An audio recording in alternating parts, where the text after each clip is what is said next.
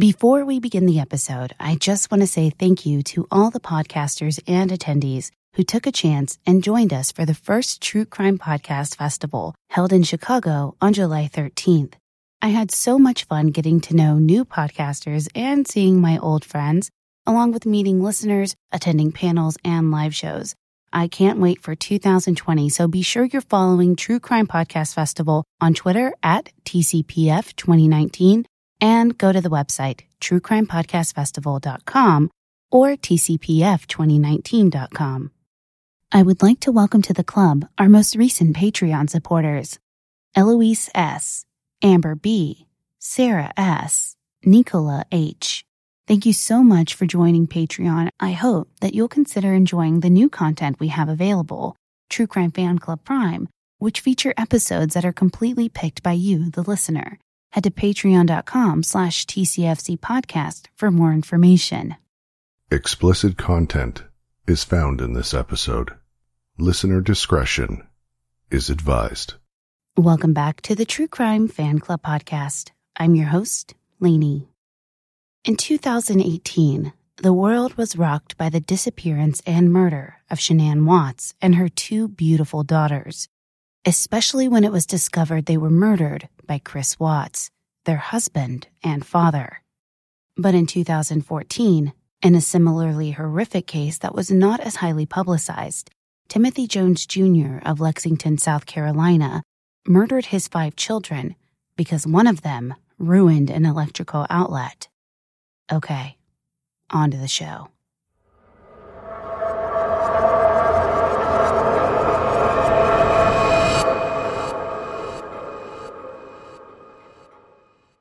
Timothy Jones Jr. worked as an engineer with Intel, making roughly $80,000 a year. He was divorced and raising his 5 children as a single father. The children were his oldest daughter Mary, 8, Elias, 7, Natan, 6, Gabriel, 2, and Abigail Elaine, or just Elaine, 1. Timothy was 32 at the time of the murders. He and his ex-wife, Amber Kaiser, had recently gone through a messy divorce in October 2013. Allegedly, Amber had an affair with their neighbor. Jones and Kaiser met in 2004 when they both worked in Chicago at Enchanted Castle, a kids' play place similar to Chuck E. Cheese. She was 19 and had not graduated from high school. Timothy impressed Amber with his intelligence and his drive. He was computer savvy in school and wanted to attend medical school. Timothy was also involved in the Apostolic Pentecostal Church. The couple married just 6 weeks later. Amber did not hold a job outside the home and did not have a driver's license. Keeping one partner dependent on the other is a common tactic in abusive relationships. Because of the lack of independence she had during their marriage, when the divorce was finalized, Amber had agreed to grant Jones full custody of the children since she was unable to take care of them financially. Later, at a sentencing hearing, she said, quote, "I had nothing to offer my children. I could not provide for them. As a mother, I made the best decision I could. I trusted my husband at the time. He promised to take care of our children." End quote. After they married, the pair moved to Mississippi, where Jones enrolled and graduated from a community college with a degree in computer science and engineering. He was hired by Intel, and they moved to a rundown mobile home in Lexington County, South Carolina, with 3 of their small children. Amber was under the impression they were moving into a large home, but instead, they lived in a ramshackle trailer with 30 chickens, goats, turkeys, and rabbits. Not only did Amber have to stay home with small children, she had to take care of the livestock as well. She was also expected to homeschool the children, even though she herself did not have a high school diploma. By 2013, they had 2 more children, but Amber was disillusioned with the marriage. The marriage was not equal. Her role was to take care of the house and children and to be seen and not heard. She began having an affair with Sean Kaiser in 2012, and they eventually married.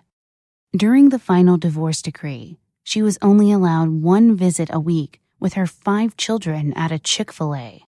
As she began rebuilding her life, holding down a job and getting a driver's license, She was able to provide money towards the children's care, but never knew what exactly would cause Timothy to fly into a rage. He began granting her fewer visits with the children because of it. Amber admitted during trial testimony that Timothy was often physically abusive towards her. The church Timothy belonged to was a Christian fundamentalist group that believed women were subservient to men, wore long skirts, and kept their hair long. Amber called the children each night at 7:00 p.m. On the night of August 28, 2014, she called at 7:00, as usual. Timothy answered, very agitated. Amber said that Natan was crying, and she asked what was wrong, and he said, "Mom, I didn't mean to." Timothy was yelling in the background, quote, "You could have killed yourself, son." Amber said that Natan could not catch his breath and was gasping for air. Timothy was angry with Natan for blowing 4 electrical outlets. Timothy got back on the phone and asked Amber, "Why are you always defending the kids?" He then told her to shut the fuck up and hung up on her. She tried calling back 6 or 7 times, but received no answer. Amber called Natan Tater, and he loved Woody from the movie Toy Story.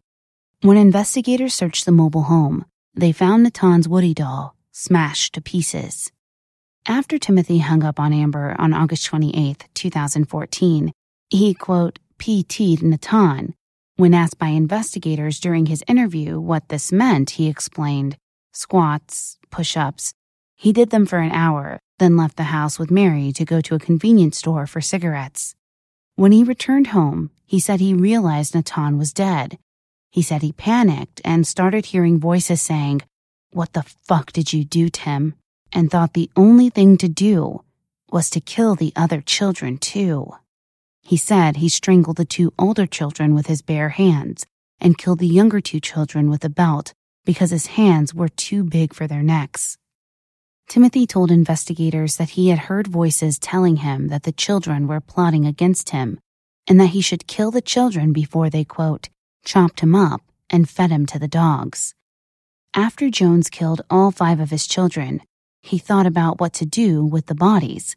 Considering and searching for ways to dispose of the bodies, he made a list of what to do, starting with, number 1, head to campground, melt bodies, saw bones to dust or small pieces, sanitation plant.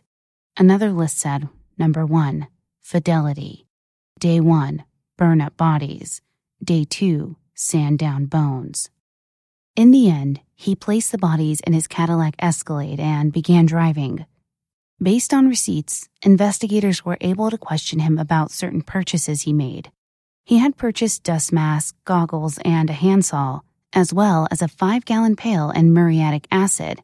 Investigators asked him, "Were you purchasing that stuff at that time because you initially thought you might be able to go through with this?" Jones replied, "Partially, and then I couldn't bring myself to do it." During the trial, as they played his confession audio, Jones began weeping at this part. It's interesting to note that during the taped confession, Jones would sob and then instantly be matter-of-fact. For instance, when asked why did he purchase trash bags, he cried as he explained it was to put the children's bodies in. Then he instantly stopped to explain, but then to throw some of my own trash out too. I had a lot of stuff I was trying to throw out. Investigators asked him where he was planning to go when he left, and Jones said nowhere. He was just running. He had nowhere to go. Amber had scheduled visitation with the children on September 2nd. However, she had not heard from Timothy or the children since August 28th. So on September 3rd, she filed a missing persons report. Police entered the information into the National Crime Information Center, or the NCIC, which would hit upon his information if law enforcement agencies made contact with him and ran his vehicle registration information or his driver's license information. On September 5th, Timothy had pulled over in someone's yard to collect himself and figure out where he was. When he was pulling out on the road, he got stuck in a ditch, and a wrecker had to be called to get him out of the ditch. An officer made contact with him that night, who was just patrolling in the area. Timothy stated during his confession that his children were still in the car with him at that point. However, the officer did not sense anything out of the ordinary and apparently did not run Timothy's information or the plates of the Escalade. Timothy continued driving that evening. The next evening, on September 6th in Smith County, Mississippi, Timothy was stopped at a vehicle safety checkpoint by Smith County deputies. Chief Deputy Marty Patterson approached Timothy's Escalade and noticed the windows were down and a foul odor was coming from the vehicle. Patterson later said, "It was the smell of decomposition. I call it the smell of death." Deputies found a bucket of cleaning supplies, including bleach and muriatic acid, as well as bloodstains and maggots. Timothy's information was checked through NCIC, and they got a hit because of the missing persons information. He was immediately detained, and he was also arrested on charges of possession of synthetic marijuana, possession of drug paraphernalia, and driving under the influence.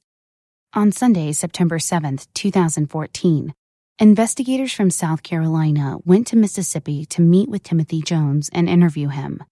Timothy wasn't very cooperative, but when the FBI arrived on Monday, he told them they were nice, although at the end of the interview, he called them assholes. Jones took investigators to where he had left his 5 children, each in their own plastic trash bag. He drove with his children's bodies for over a week at a distance that spanned approximately 700 miles.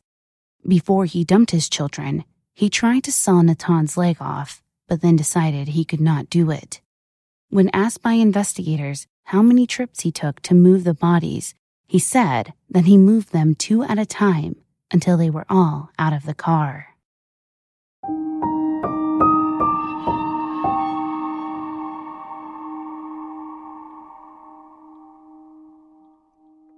I'm going to pause the case right here so you can hear a word from our sponsor. I have been looking for all-natural and healthy products to add to my rotation of beauty supplies, if you will. And I found this amazing deodorant called Native. Now, at Native, they create safe, simple, and effective products that people use in the bathroom every day. They create products with trusted ingredients and trusted performance. Now, if you're not convinced, check out the 7,000 5-star reviews from their customers, including from me. Now, here's the thing. Native really works. I cycle pretty much every other day, and it's an intense workout where I am sweating like crazy. And let me just tell you, when I get off the bike, my pits don't really stink, which means that I smell like my favorite Native deodorant scent, lavender and rose. As I mentioned earlier, I am looking for products that are more in the clean beauty atmosphere. So less is more with Native. They have fewer, simpler ingredients, so I know everything that's in my deodorant. And it's worth it. You may or may not know this, but aluminum can be linked to some serious health ramifications, including breast cancer and Alzheimer's. Although Native is priced at a slight premium when compared to conventional deodorants, it is safe and effective, and honestly, I'm willing to pay the higher price for a quality ingredient. Native comes in a wide variety of enticing scents for men and women, plus they release new limited edition seasonal scents throughout the year. They also offer unscented formulas and baking soda-free formula for those with sensitivities. Now for the good stuff. For 20% off your first purchase, visit nativedeodorant.com and use promo code TCFC during checkout. That's nativedeodorant.com. Use promo code TCFC during checkout for 20% off your first purchase. The best part is they offer free returns and exchanges in the U.S., so there's no risk to try. Grab your Native at nativedeodorant.com. Use promo code TCFC for 20% off your first purchase.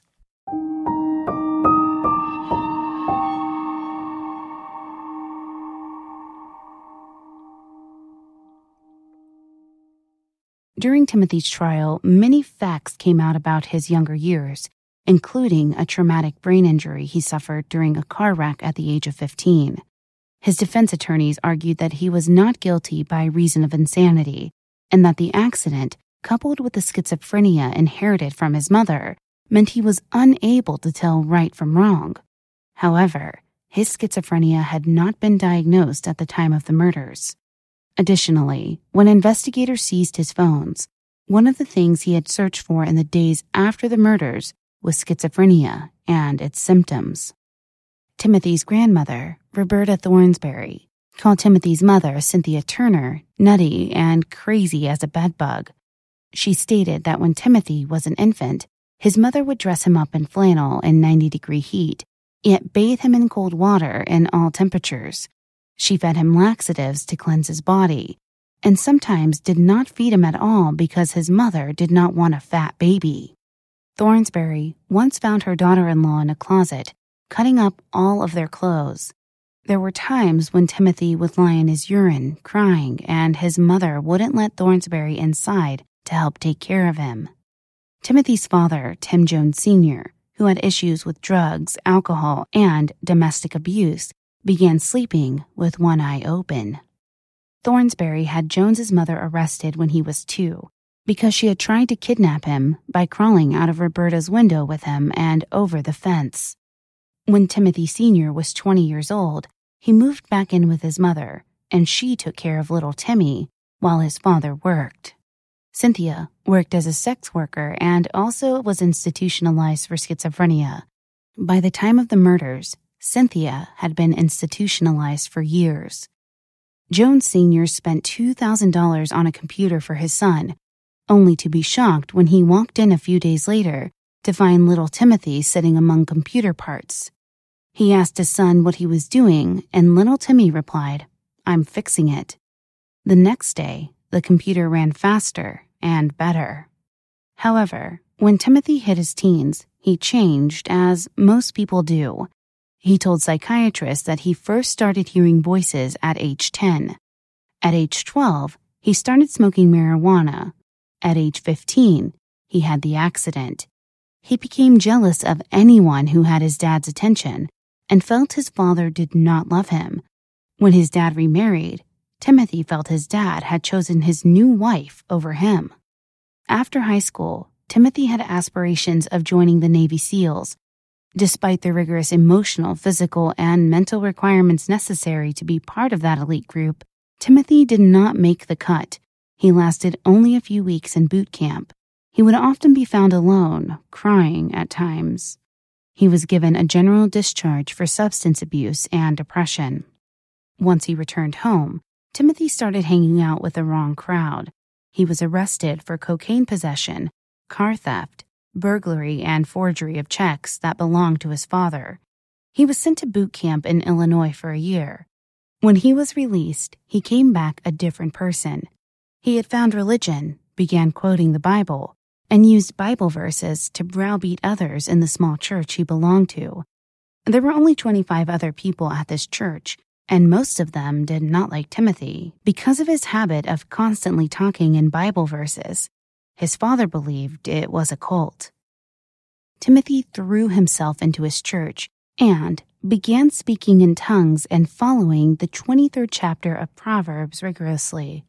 Quote, "Withhold not correction from the child, for if thou beatest him with the rod, he shall not die." End quote. After Jones's divorce from Kaiser, he went through several babysitters.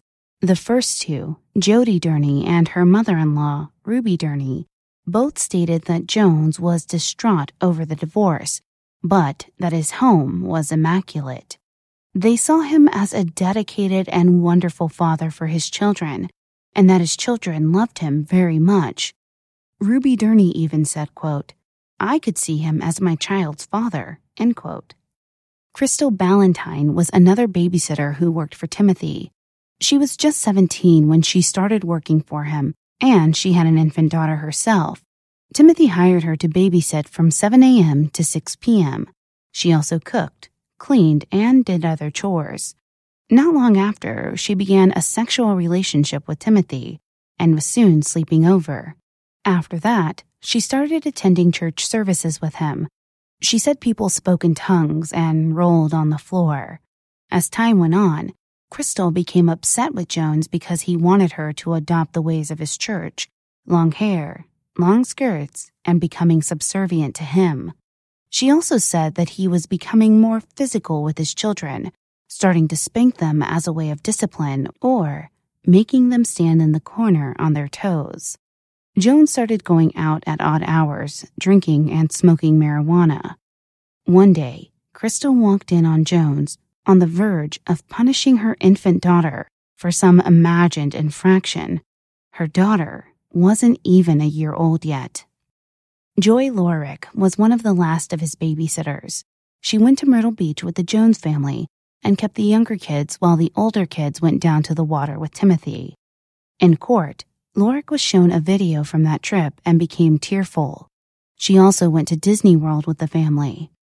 Timothy said on the way there that if they didn't stop getting wound up, he was going to stop the car and make them exercise until they calmed down. Lorick then said that in the hotel, Gabe was shrieking and Natan was running around. When Jones came back from the bar across the street, Lorick had asked them all to stop, but they continued. Timothy took down their pants and whipped them both with his belt. This action upset Lorick. At home, the children were given oatmeal to eat all day. Once, before she left for the day, one of the children asked Lorick to not tell their father that she had just fed them because he might not feed them again. In early August 2014, Lorick called DSS to report Jones, but they did not do anything about the complaint. There had been a previous DSS complaint against Jones, who had made a written promise he would not physically harm his children. In May 2014, Karen Leonhardt, the nurse at Saxe-Gotha Elementary School, had photographed bruises on the boy's neck and forearms. She reported the bruising to DSS as possible child abuse. The DSS actions in this case were scrutinized, and Amber filed a suit against the state. Timothy's traumatic brain injury was discussed in detail during his trial. MRI scans and 3D images revealed that Timothy's traumatic brain injury had left a large depression on the front of his skull. Sometimes, trauma such as these can affect a person's moods, emotions, and cognitive skills. However, during the trial, neuropsychologist Aaron Bigler, a retired Brigham Young University professor, stated that he could not clearly determine how the TBI affected Timothy specifically. He has a broken brain. That's all I can show, he said.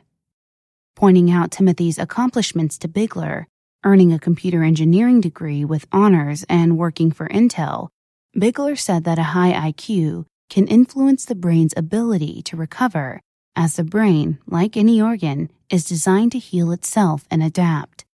Pastor Micah Sutton was the leader of Jones's church. However, Jones left after two things happened. The first of these was when Jones wanted to be a leader in the church, but Sutton made it clear that this could not happen because he was too disruptive. The second incident was Timothy telling Sutton that his wife was trying to seduce him.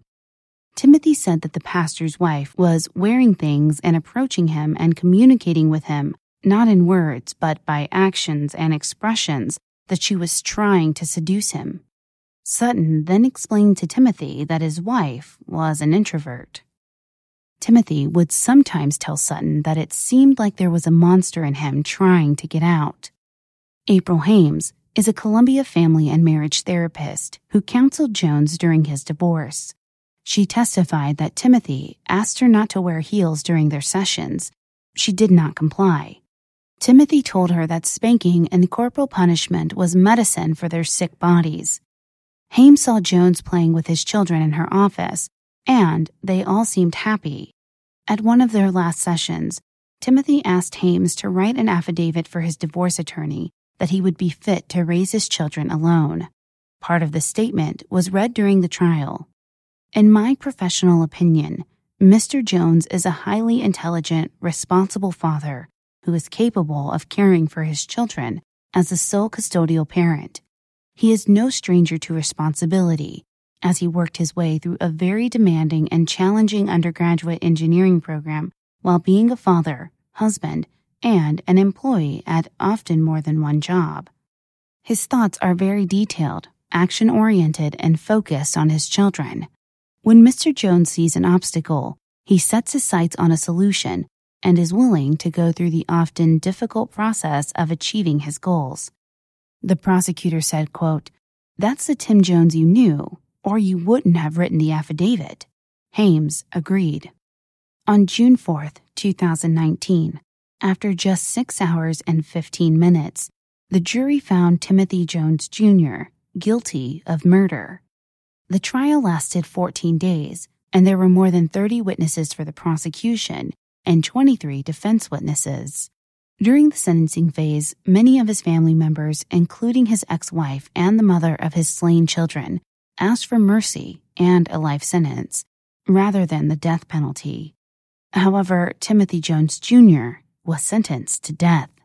His attorneys have already filed an appeal, based in part on one of the jurors becoming emotional during the viewing of autopsy photos.